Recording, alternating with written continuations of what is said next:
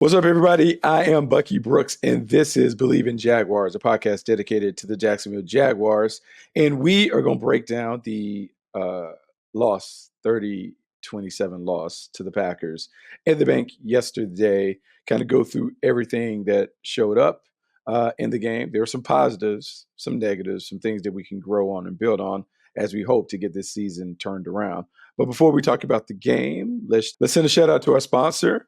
Basketball fans, it's that time of year. The NBA is back. From the opening tip-off to buzzer beaters, Bet Online has you covered with the best odds, biggest promotions, and live game and betting on all of your favorite teams. This season, every game matters. Bet Online has every stat, matchup breakdown, and live odds to bet on during games. And it's not just the NBA. Bet Online has odds on everything from football, MLB playoffs, NHL to political props. Head to the website today to get in on the action with America's most trusted site for online wagering.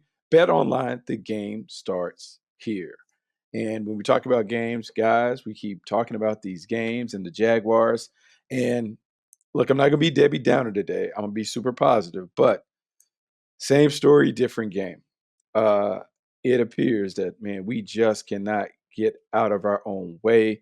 We continue to lose close games, a lot of it due to our own self-inflicted miscues and errors.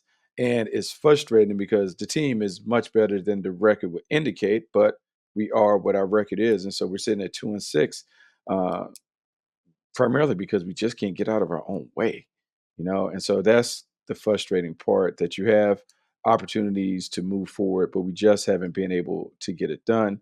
And to me, a lot of it comes down to, in pro football terms, we talk about the DBOs. Don't beat ourselves. There are a handful of things that you want to eliminate if you want to win.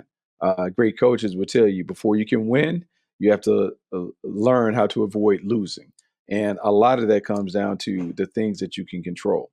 And for us, the DBOs continue to pop up over and over again. And those are the turnovers, the pre-snap / foolish penalties, and then the big plays allowed. If you commit egregious errors in any of those categories, you're going to lose games. And for the Jaguars, we continue to make huge mistakes in each of those areas. And it showed up in this game against the Packers. Turnovers. So we had 2 turnovers, pair of turnovers by number 16, Trevor Lawrence. One was an interception right after a great red zone pick by Jerry and Jones. We go right back and give it away on an interception. Trevor throws, is trying to hit a crossing route. It doesn't see Xavier McKinney. Xavier McKinney falls in on the route, gets the interception, changes the game. They go score. So it gives them a little momentum. And then later in the game, at a critical moment, we're backed up inside our own 10-yard line. Trevor tries to escape to his left, has the ball loose in his right hand. The ball is knocked away. They pick it up.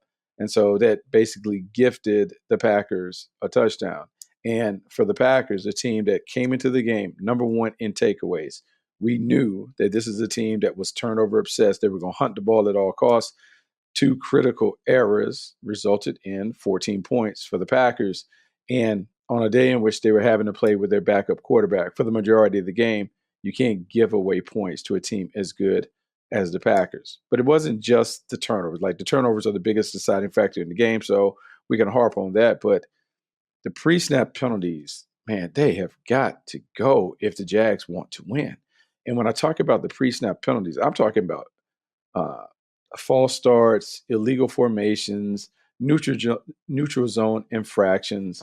We had a delay of the game on the defense, and we're shooting ourselves in the foot from an offensive standpoint. And the frustration, look, it goes well beyond like the lack of execution, but these things are controllable errors, and so every time we see it, look, it's kind of swept under the rug because we don't understand how important or critical it is in the landscape. But you have a Gabe Davis illegal motion, false start, whatever. You have 2 Tim Jones false start penalties. I think Luke Farrell had a false start penalty. And what these things do, it doesn't seem like a lot because it's only a 5-yard penalty. But when you go from 3rd and 2 to 3rd and 7, like, it's a team like the Packers who really like to bring all their exotic looks and pre-snap disguises on those 3rd and medium, 3rd and long situations, you now have played right into their hands. And by failing to take care of business when you had an opportunity on those short yardage situations, man, you can't stay on the field. At one point, the Jaguars had not converted a third down. And a lot of it was due to having a penalty before having to execute the play on third down. I think they finished the game 1 for 9 on third down. Like that's bad. It's bad. It's hard to play winning football when you can't convert on a critical down. And a lot of times the Jaguars back themselves up by having a penalty in a critical moment. Uh, the last part of it, after the turnovers and the pre-snap and foolish penalties, um, the big plays allowed. Defensively, the defense had played better in recent weeks. They had done a better job of keeping the ball in front. Like they've done a job with communication, didn't have the coverage bust or whatever. But once again, in this game, it showed up, and it showed up in bad moments. You have Tucker Kraft with a 67-yard catch and run where he's just streaking over the middle, catches it, goes on the sideline. He stiff arms Andre Cisco 3-4 times before they finally track him down.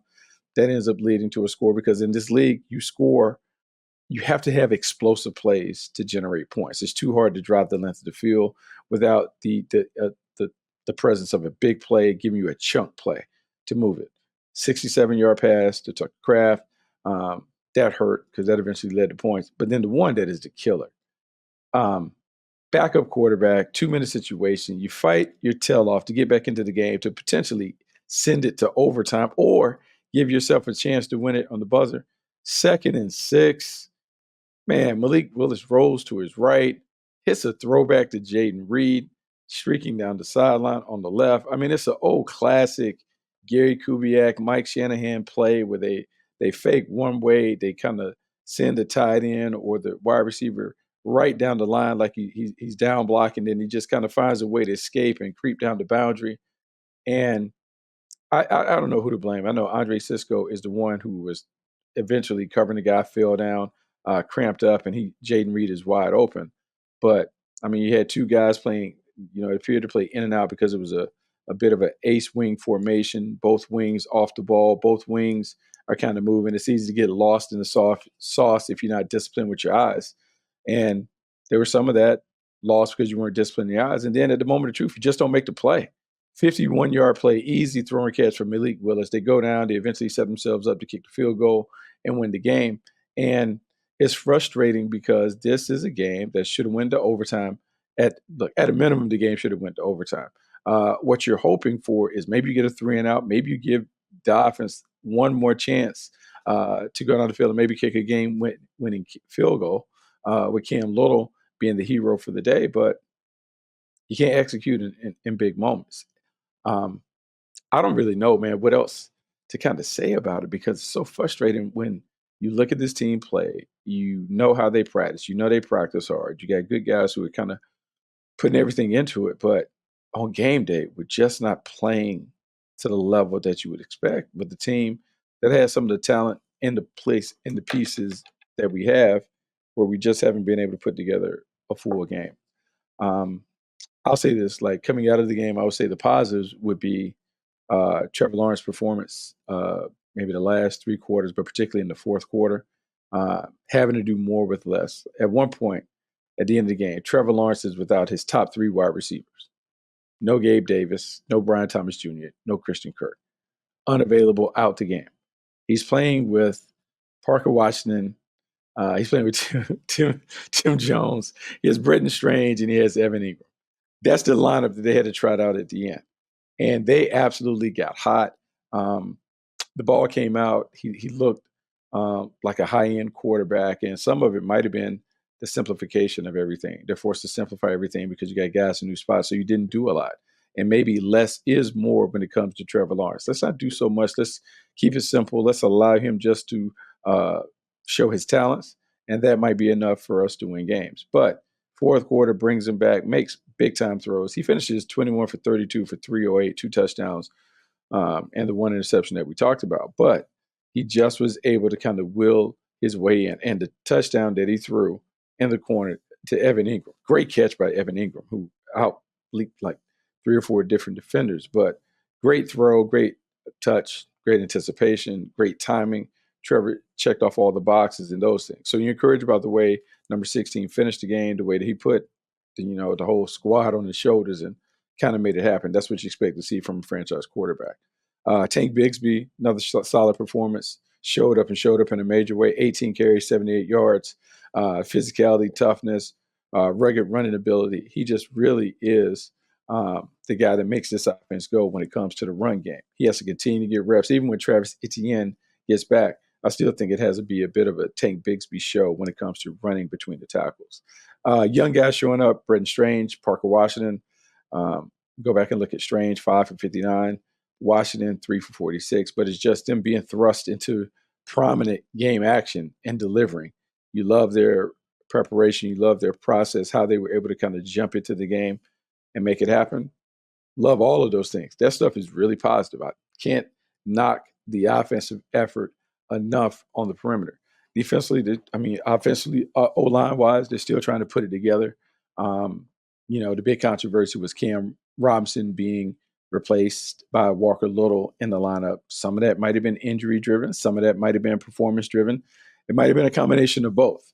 Didn't expect Cam to be very happy about it, and he certainly wasn't.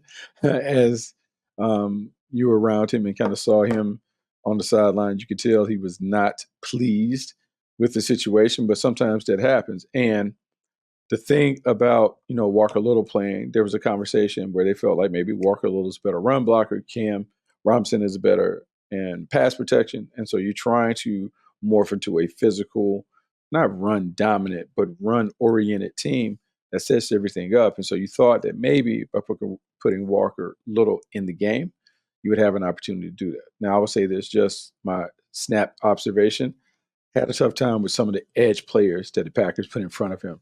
The speed, the quickness kind of gave him some issues, so he wasn't able to finish consistently. But we'll see with more time and reps, maybe he can be what everyone wants him to be, which is a dominant player on the edges. I would say the other part that was good, the special teams continue to be solid. Cam Little is a rock star in terms of his ability to step in, unfazed by pressure, deliver the kicks that are supposed to be delivered exactly how they're supposed to be done. Love that. And then I would say just the overall effort of the team. I saw a team that played hard. I saw a team that had the right attitude, a team that didn't necessarily relent or succumb to the circumstances, a team that was still positive in terms of their outlook on the season. But reality sets in where you're going to have to go on a run. You're going to have to win a lot of games, and you're going to have to do it quickly. So we'll see how much that changes. In terms of the bad, we got to talk about this defense, man. And the defense continues to kind of let us down when we have opportunities to make it happen. And I like Ryan Nielsen. I was really positive and optimistic about the defensive scheme and how they work together, and watching them in minicamp and training camp and OTAs. They really did a really good job of stressing the fundamentals and how they wanted to play, what it should look like, and all that. So when I look at the game, I see those things show up in action. I don't see them consistently, but I see them play hard. I see them line up right. I see them imposing their will, being physical, tackling well, and all that. It's just the inconsistent, the lull sometimes in games where, guys lose their focus. They can't stay locked in for that long. And so you got to bring them back all the time. When I look at this defense and I look at, not even really talking about where to start, but I'll say the disappointing part of the defensive performance against the Packers is early in the game, that Jordan Love doesn't have his fastball. He's off the mark. He doesn't have his stuff. And you knew there was a possibility for Malik Willis to go in the game.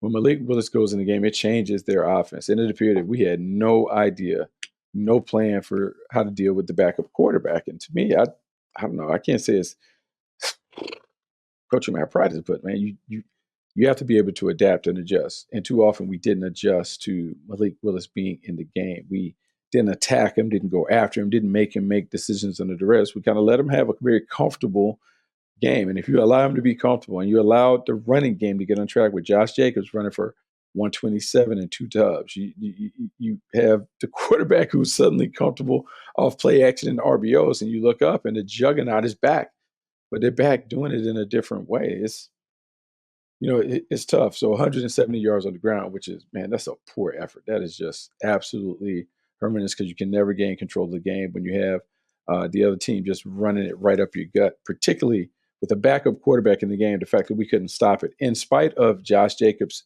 brilliance and excellence as a runner. Got to be able to stop the run when you got the backup quarterback in there. You shouldn't even pay attention to what he's doing. To me, that's where uh, the frustration really, really stems from. That you can't get a stop. You can't control the game with a backup quarterback. And then with the backup quarterback, the thing that's problematic is the pass rushing coverage didn't impact him at all. Malik Willis looked comfortable as I've ever seen. And we've seen this guy have bad games for the Tennessee Titans, but against us with the Green Bay Packers, he was on fire. He was throwing dimes, delivering, had confidence, left the pocket when he needed to, never took a big shot. And so, as much as I want to get on the coverage up front, Trayvon Walker, Josh Allen combined for half sack, but I can't put it all on them. But everybody has to pitch in and disrupt the rhythm of the pass game. If not, team has no chance. And what I saw is the backup quarterback going up and down the field. Um, it doesn't bode well for our chances in terms of being the team that we want to beat down the stretch. Now, you always hopeful, you listen to the message and you follow along and those things, but man, the results are not quite where we want them to be. And even though we're process over results, man, it's hard to be sitting here on a string of losses and all that and not making the necessary changes to put us back on track. Now, where do we go from here? Man, it's tough. So, but when we think about where we go, I would say this: you're in the midst of a very difficult stretch where you're playing some heavyweights. You have the Philadelphia Eagles on deck, and the thing that we know about the Philadelphia Eagles is their offensive line is the best part of their team, even though they have some sexy weapons on the outside that can give you problems. A.J. Brown, Devontae Smith, running back Saquon Barkley. It's up front, man. You got to be able to hold up front. They're going to hit you in the mouth. They're going to give you a variety of different blocking schemes, so you're always on your toes. But at the end of the day, it's going to be second-level defenders' ability to hit the running back. I mean, to be able to deal with Saquon Barkley and what he's going to bring as a running receiver out the backfield. Challenge, big challenge. That's going to be hard. And then if you get to that where you can deal with the O-line, you can deal with Jalen Hurts and Saquon Barkley doing what they do, making the magic happen with the run game. Then you got to cover the guys on the outside. A.J. Brown, Devontae Smith. One wrecks, the other destroys. One is more physical, chain mover. Another guy is a smooth, fluid, deep ball specialist that can make it happen. Tough matchup, and who draws those assignments if they do match them up, or if they just play it straight. Hard matchup. Before we can even talk about that, and we talk about their defense and how they're struggling at the point of attack and all that, we have to come together and kind of really focus on our own team.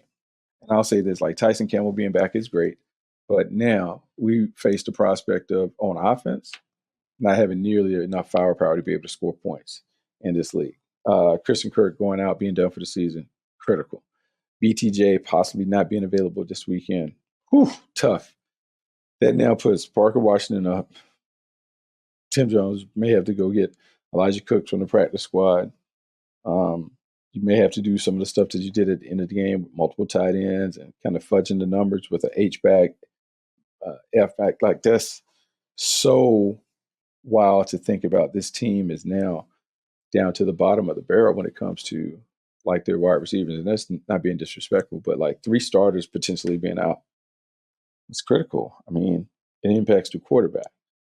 Maybe what they discovered, though, at the end of the game, maybe they can do some different multi-tight end sets, different formations and personnel packages to kind of get them set up to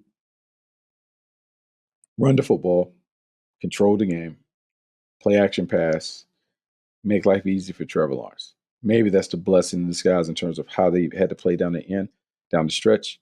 Maybe that is something that begins to seep into their game plans going forward, first against the Eagles and then against the other teams that they have on the slate.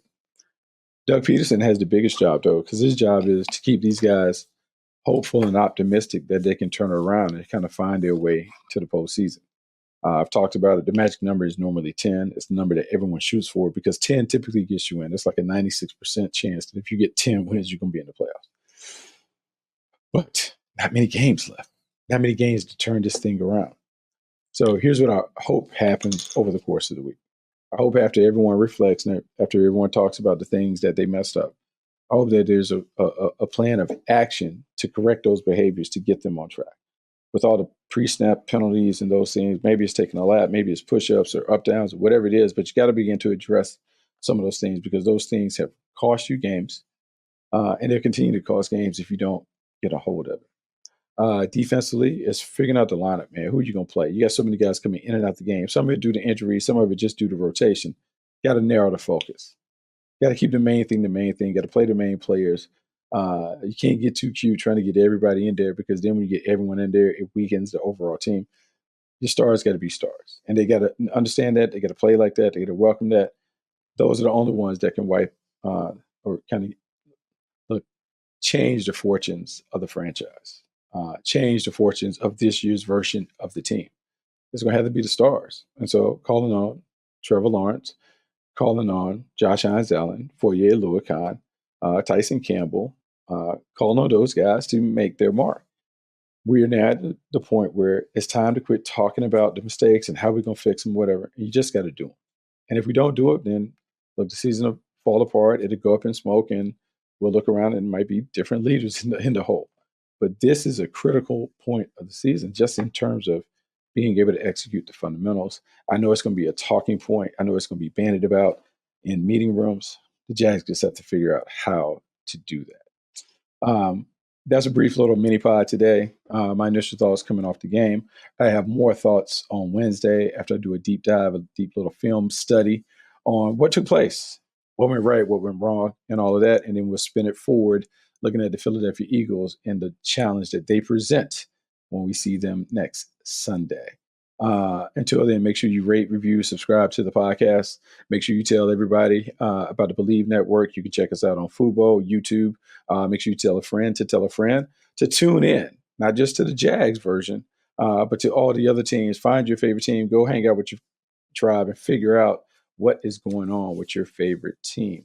Until next time, I'm Bucky Brooks, and I am out.